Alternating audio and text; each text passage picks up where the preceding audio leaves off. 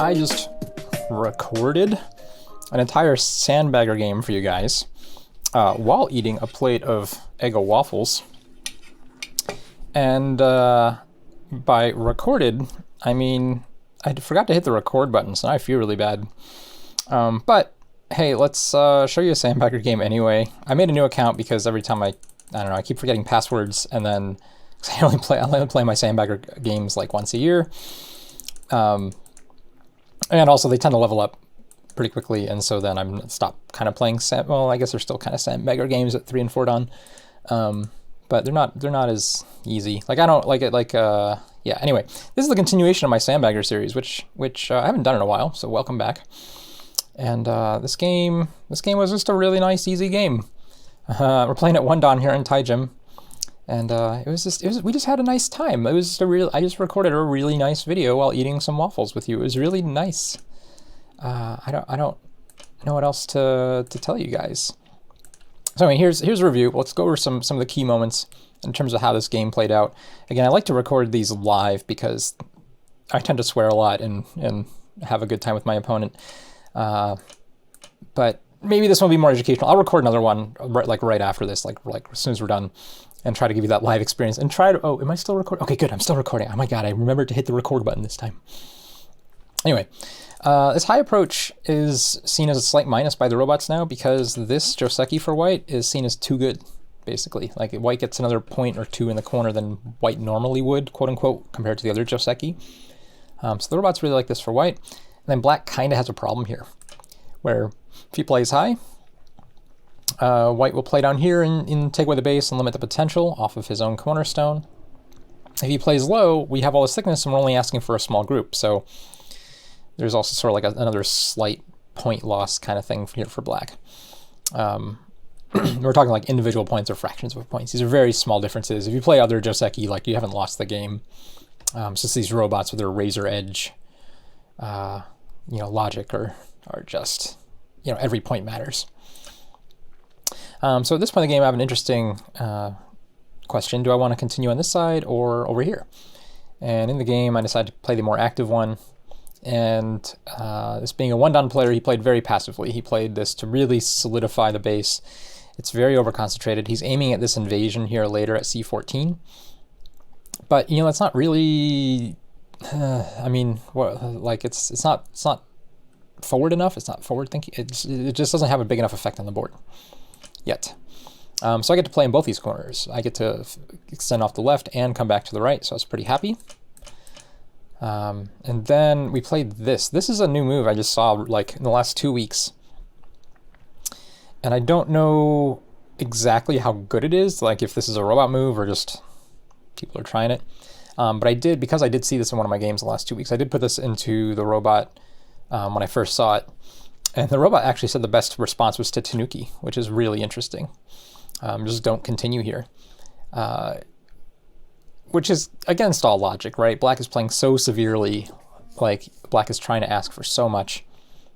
Really doesn't feel like it's reasonable. So anyway, I Tanuki'd and my opponent really didn't know what to do. So I got to play out this Joseki and he wanted to play it again. He apparently thought he got a really good result. I fixed this one. This one's kind of more on black's side of the board, so I care about these stones a little bit more. I want them to be a little bit stronger, so I'm happier to fix this one first.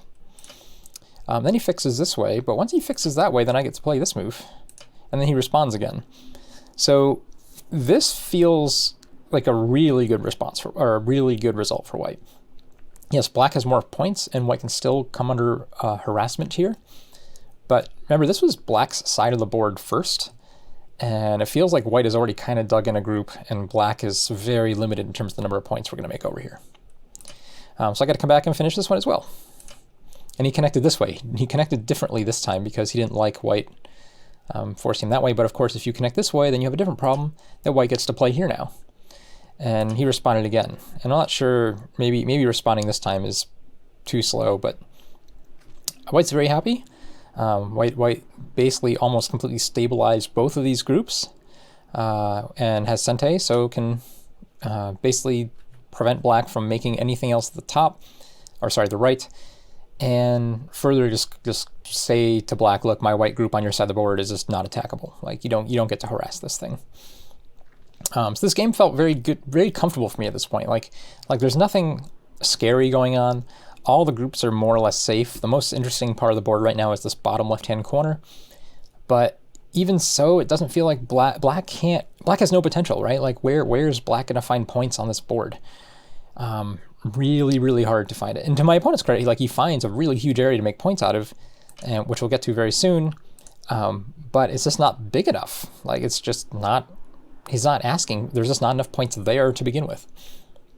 And in Go in general, I think one of the things I'm particularly strong at is territorial balance, right? Understanding, where the potential is for each player, how much there is, and how many points is it worth, and just what you need to do to win the game. Like I think that's a very strong part of my game. There are definitely weak parts of my game. Having to invade deep moyos. Oh my god, I'm gonna screw that up. I'm gonna die every time. But here we go. So we both play just big moves. Like we both kind of half ignored this area of the board. I mean, this stone kind of helps against this one, or helps this one, but we both left that on. I think his move is really slow. Like it's a big move, but he needs to come down here. Like this was the important part of the board. So he lost a little bit more here, and then he finally invades. And that's fine. I just jump out, and I kind of regret doing this. Like I'd be just equally happy just not connecting. But I did on the assumption that now his original, if you look at this D10 stone, it looks really dumb. And, I was fine. I was like, okay, yeah, I mean, my stones are going to look dumb too, but as long as you're going to look dumb. So we got this, and I got to play here. I'm okay. In the end, white kind of gets Sente. Still has a clamp peep over here to harass this, and 2 stones in the center. I do think black came out better overall, which is why I kind of think my original move was a mistake. Like, even though white can live just here just fine, it's not like black's making a lot of territory down here. And so just taking the corner, just linking up is probably the more correct thing to do.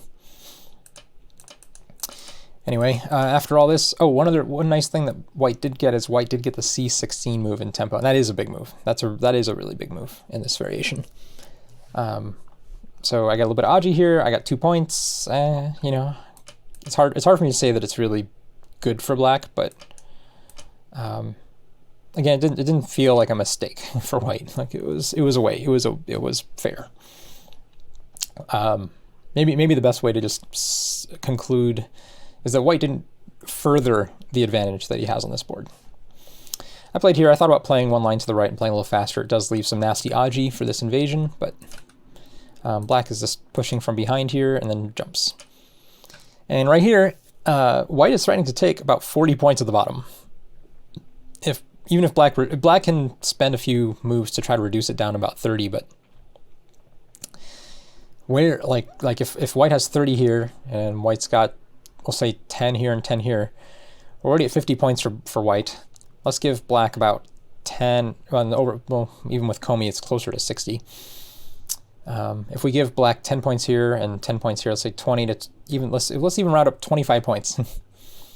Black still needs to find 30 points in the middle. That's hard. Like this is the only place, right, where black can make 30 points. And he tries. We play this way. He gives up 2 stones, which isn't, don't do this. Like this, if you can make these live, then this is great, but otherwise, if you're just going to come back and play the inside again, this is just another couple points of profit for white. Like you could have just jumped out here to begin with, right? And probably jumped at K14 is probably better if you're going to do that. So that's a little mistake for black. And then I played here. I played the 4th line to make sure just I have some center access. And this is his moment, right? He could play maybe around here or even shoulder hit, try to just wrench this into 30 points in the center. But of course, if he does that, I'm going to take the top and harass this group. So he tries to get both sides. And so he plays here. And I'm still thinking territorial balance. You know, it really, the side territory, even if he catches up a few points here, as long as this doesn't become 30 points, I can give him those points. So I attach on top, and he wants some more points, and I go fine. And he does do this cut. And in retrospect, I did change my mind here. And if I really just said, you know, you can have the top if I just get access to the center, I should have connected here. But I thought this was okay for me too. Like, we both take a few more points, and I'm still actually getting into the center. Here I continue this way. I kind of wonder if I should just jump here. But actually my way's fine. This is good. He's still got to respond. I save these stones. Again, this would be an opportunity where maybe I could have played here. I can still give this up, right? This is, if I lose these stones, this is only another 10-point gain. And again, if I get to reduce this entirely in exchange, then easy game. But we do this little fight thing here. He just gives up some more points. He's just sort of hemorrhaging points, and he has to come back and fix. Otherwise, if he doesn't, this Hane-Atari combination gets really brutal. Really brutal attack on these stones. I take this. And at this point of the game, again, it's this territorial balance. I'm just eating my waffles just quite happily here. And, you know, is this center big enough? Well, it's really only like 30 points. Like, it's really only 30 points. And I have more than that in the bottom.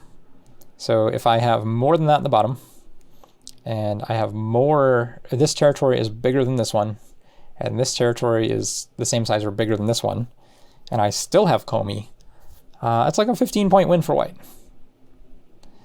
So we just kind of play this out, and there's really not much else that happens. It's exciting. You have been invited. Oh, no. I'm reviewing a game. Go away. I don't know how to turn that off from this menu. I need to like go back out. But then I have this move, and here I'm trying, like, if I have if I can get another stone in here, right, I can just kill these 3 stones. But without, oops, okay, there we go. No, arrow keys do not work. Arrow keys.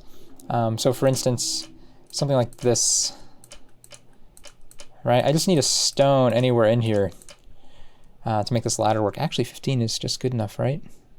Oh, damn. That's all I needed. In the game, I was just like, I couldn't figure out the best one, so I was playing some Taimsujis, and there was one he didn't respond to, so he had to come back and play this. But yeah, I should just play here. This looks real good. Because if he cuts this off now, then I can play this, and then he's got to back off, and then I'm in. And that just works. Missed opportunity. In the game, if I can't... You have been invited. No, go away. If I'm not going to play a move like this, playing a move like this is just great. This is just Sente, and then I can just still do all the Sente things I want to do. So I still gain a few points. This is the very Q method. You get to apparently 1-dan level, which is what I'm playing today is my Sandbagger game. This is... you look for bigger things, right? Like, you have all these weaknesses here. How can you best take advantage of them? Well, come on this side. All right, so anyway, I play these. These are sort of Taimsujis, and he doesn't respond to this one. And so that's fine. I play here and come in. And then and at this point now, the rest is this end game. I do get to actually end up catching this stone and get to push in here a little bit because we get a little bit of a squabble over this area, which I guess I'll show you. But this white is just cruising to a 15-point win, right? There's just not enough points here in the center. So black really needed to find mischief or something to do, and it was just never there. It was just never there. So here's the rest of the sequence. Click, clickety, click, click, click, click, click, click, click, click. Yeah, he has to get because of this move. This is a nice, actually, here's the one interesting sequence. If I play here now, and he cuts, I have this move, right? And so now he dies. pretty awesome. Actually, I don't even need the last move, right? Is this just, do I just have enough liberties? Oops, no. If I Tanuki, can I just Tanuki here? Yeah, I can just totally Tanuki. I don't even need to play the last move. I'm up by 2 liberties. It's that, it just works that well. So yeah, anyway. And when I played here, he had to, nope, no, go back, original. He had to pull back, and I can connect and then kill this stone. Anyway, so that's the rest of the game. Is just really just some pokes, and in the end, actually, because I got to kill a stone and poke here, and what else did I ended up getting, he should have gotten this Atari and be able to reduce this area a little bit more. So I'm making an extra, you know, 5-ish points here, another 5-ish points there, and I'm winning by 30. So again, I mean, it's the type of game that feels like it's a really close game, because if you're not really aware of that territorial balance, it looks like all the groups are safe. It looks like both players are making points. But in the end, it's really not. Like, the black territories just are not anywhere as big as the white ones. So it turned into a 30-point game at the end. So anyway, like I said, this was my waffle game. I'm sorry that it was. Yeah, I was really happy with the video. I was having a great time, like, eating waffles and playing Go. Maybe I'll get myself another cup of tea, and we'll do another one of these. See if we can recapture some of that waffle game magic. So thanks for watching. Come back for the next one.